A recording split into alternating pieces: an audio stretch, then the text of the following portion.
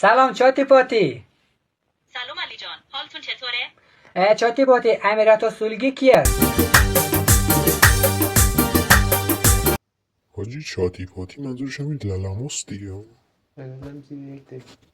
مدل های زبانی همون لارج لنگویج مدل ها یه سری مدل های هوش مصنوعی مبتنی بر ماشین لرنینگ برای پرورش زبان طبیعی یا همون نچرال لنگویج پروسسینگ هستن که میتونن متن ها رو ترجمه کنن، متن ها رو بفهمن، احساسات رو درک کنن. رو پرانتز بگم که احساساتی ندارن، فقط میتونن درکش کنن.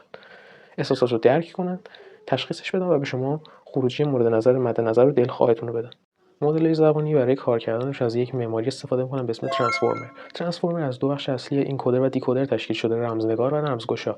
اینا باعث میشه کلمات رو بتونن بین خودشون رمزگشایی کنن، رد و بدل کنن و هر کدوم رو بتونن بفهمن و درک کنن. در اصل یه دو بخش کلی دیگه هم داره به اسم فید فوروارد و سلف اتنشن.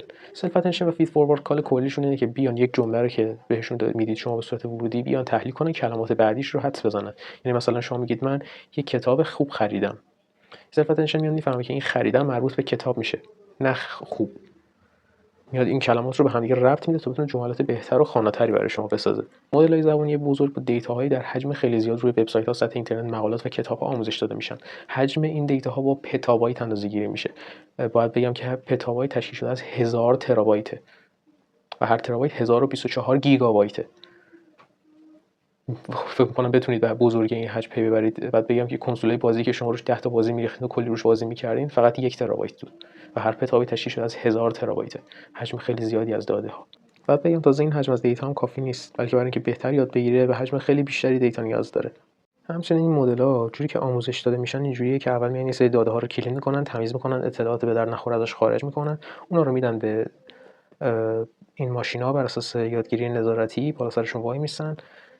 یه سری الگوریتم‌ها و پارامترها ست میکنن که مثلا یکی از این پارامترها یه سری الگوریتم دارن، یه سری الگوریتم مثلا گرادیان کاهشی. این گرادیان کاهشی مثلا میاد کمک میکنه که بتونه جمله بهتر، خواناتر و درست‌تر تولید بکنه. و همچنین مدل هوش مصنوعی فقط به LLM ها محدود نمیشه. باقی مدل ها مثل LLM، VLM، SLM و چیزهای دیگه هم هستن که میتونن همین کارو بکنن، فقط طریق کار کردنشون فرق میکنه. هدف و ویژنشون فرق میکنه. در اصل اون تارگتی که براشون مشخص کردن با لارج لنگویج مدل ممکنه یکی نباشه و همچنین تواناییش هم در هم حد نباشه. حتی مثلا این هوش مصنوعی که شما استفاده میکنید، چت جی پی تی، جمینای به طور عموم شناخته شده تر، حالا نه با اسم تخصصی LLM یا لارج لنگویج مدل، اونها هم نوعی لارج لنگویج مدل هستن مثل چت جی پی تی، جمینای، گراک، دیپ سیک و حالا مدل‌های دیگه که در واقع الان خیلی راحت‌تر و بهتر میتونید درک کنید که چجوری کار میکنه و بفهمید که آها اون که جواب من اینجوری میداد پس اینجوری کار میکنه. لذت زیاد.